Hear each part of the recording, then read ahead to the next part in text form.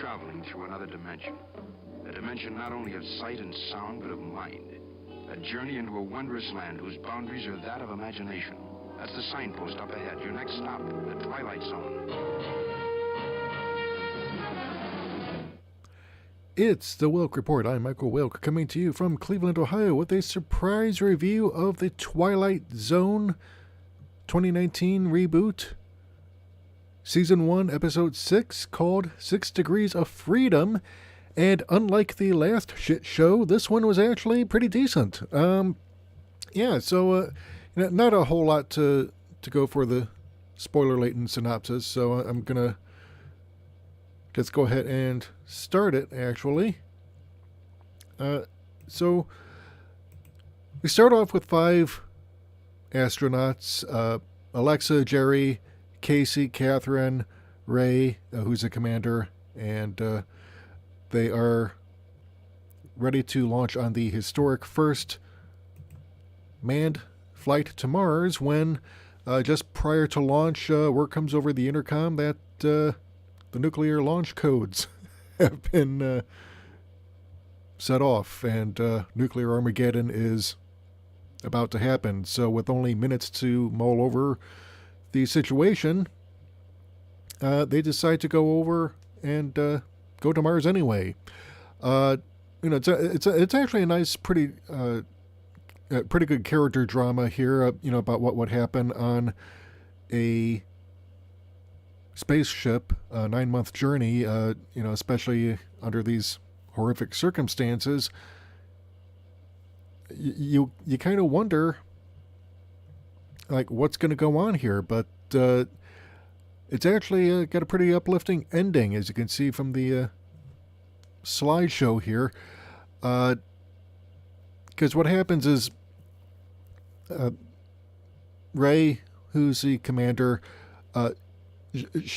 basically they all take a vote, and it's like 4-1 to go to Mars anyway, because, what are their options at this point? Nuclear Armageddon is taking place, and you can either stay on Earth and die with everyone else, or take your chances, blast off for Mars, and you might survive for a couple years, but at least you'll have made an honest effort to continue on. So, so they blast off for Mars, and they try to make do as best they can. Ray, eventually forbids people from calling back to Earth because there's no point, no one's there to answer anymore.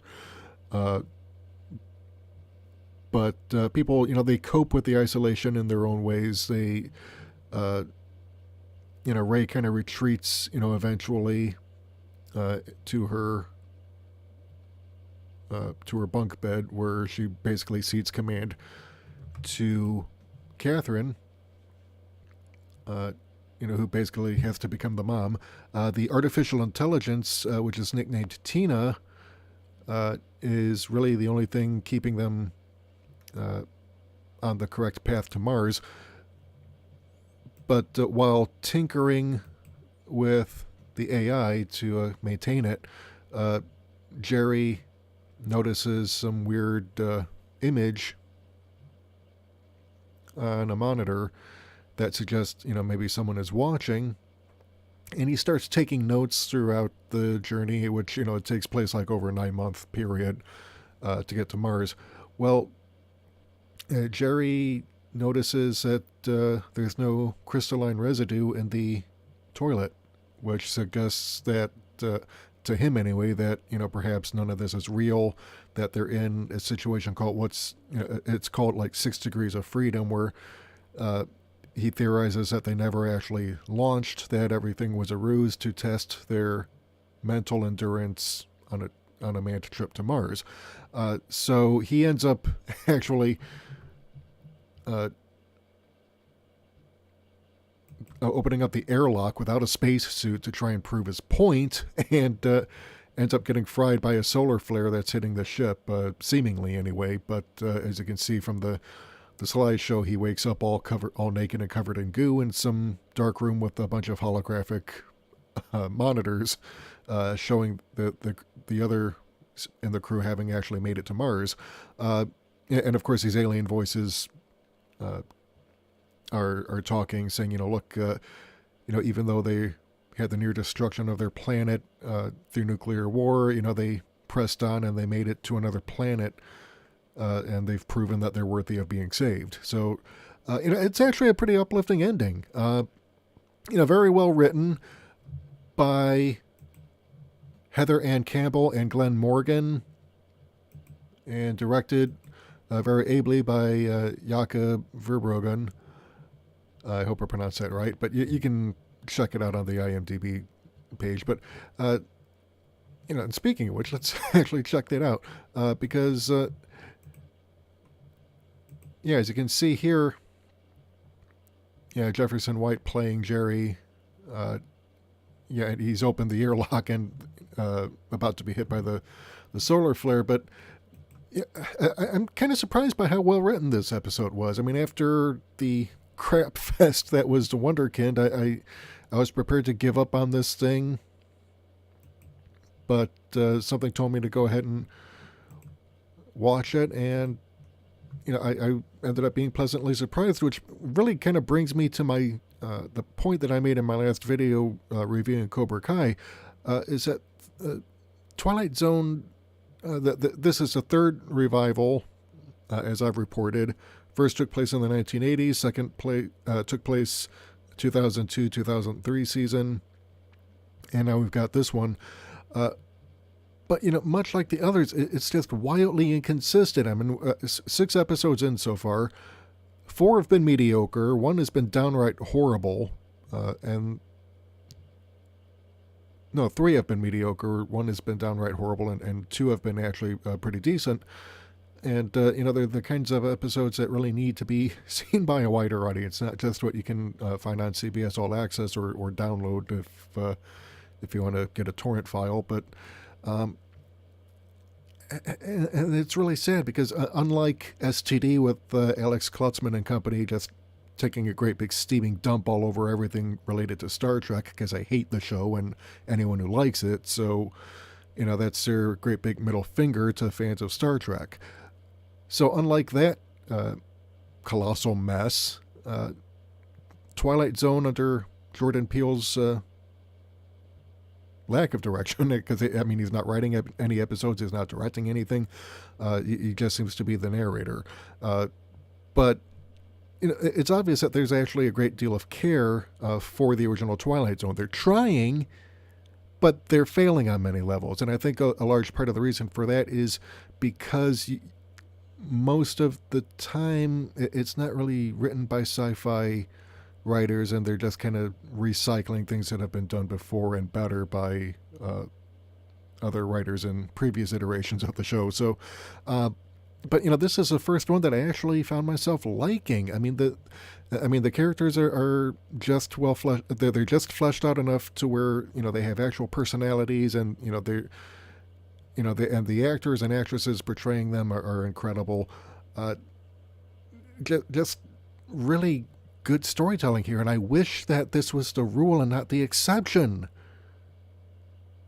Seriously, I mean, God, it's the Twilight Zone. It's a no-brainer. You get science fiction writers who can tell good dramatic stories with a science fiction theme, and make us ask questions about technology and our relationship to it, and it deals with the whimsical. It deals with the social and political issues in a way that gets us thinking about it without talking down to us or beating us over the head if we don't agree with it.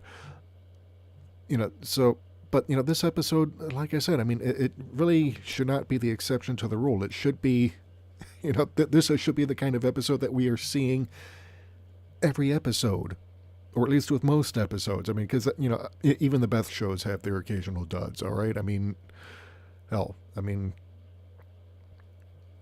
Star Trek had its share of less, original series had its share of dumb episodes, especially in the 3rd season. But, those were the exceptions, okay?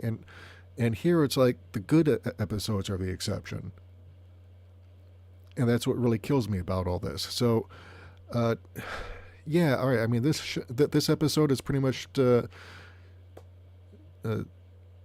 revived my interest, even if only in a morbid manner, to see what the rest of the season is like.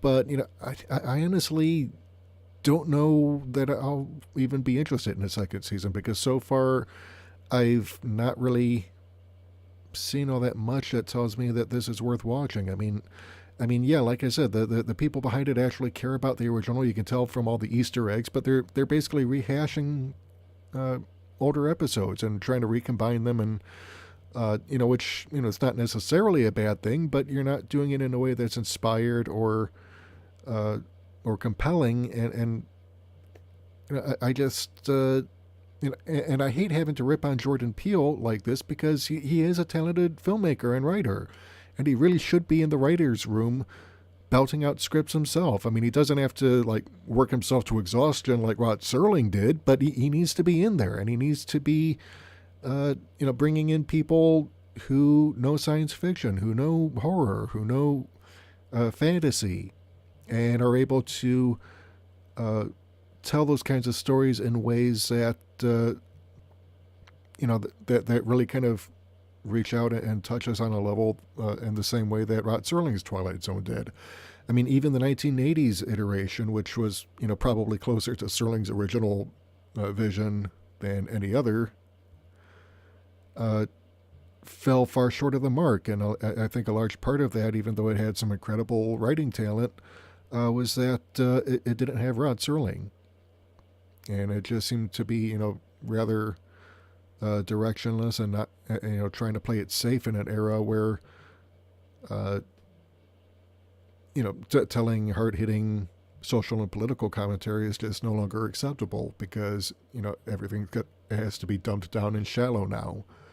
But, this, if you're going to try and carry out the legacy of the Twilight Zone, you can't really be content to tell these mediocre stories. So, that's my opinion. What do you think? I mean, did you like this episode? Did you not like it? Why or why not? I want to hear from you. If you like what you've heard and you want to hear more, hit the subscribe button and the bell icon to receive notification whenever we upload new content. And if you want to help support the channel, head over to our Patreon or Subscribe Star page. Doesn't have to be both, can be one or the other. Help us keep the lights on, bring you more content. Until next time, this is Michael Wilk for the Wilk Report saying take care. Good night. I'm out.